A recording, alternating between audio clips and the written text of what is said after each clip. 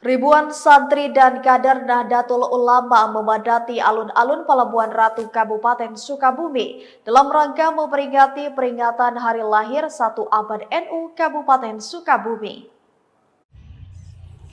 Ribuan warga dan kader Nahdlatul Ulama memadati alun-alun Pelabuhan Ratu Kabupaten Sukabumi pada puncak peringatan hari lahir 1 Abad NU Kabupaten Sukabumi pada Rabu 4 Februari 2026.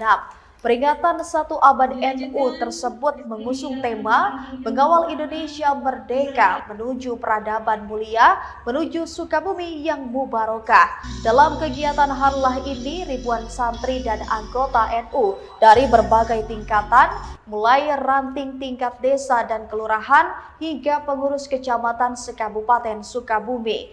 Ketua PCNU Kabupaten Sukabumi, Kiai Haji ES Mubarok, menyampaikan bahwa peringatan 1 Abad NU menjadi momentum penting untuk memperkuat sinergi antara ulama dan pemerintah daerah dalam membangun Sukabumi yang mubarokah. NU akan terus menjadi mitra strategis pemerintah daerah dalam mendorong kemajuan Kabupaten Sukabumi. Sementara itu, dalam sambutannya, Bupati Sukabumi Asep Japar mengajak seluruh kader NU untuk terus berperan aktif dalam mendukung program pemerintah daerah, khususnya di bidang pendidikan, pemberdayaan ekonomi umat, dan sosial kemasyarakatan.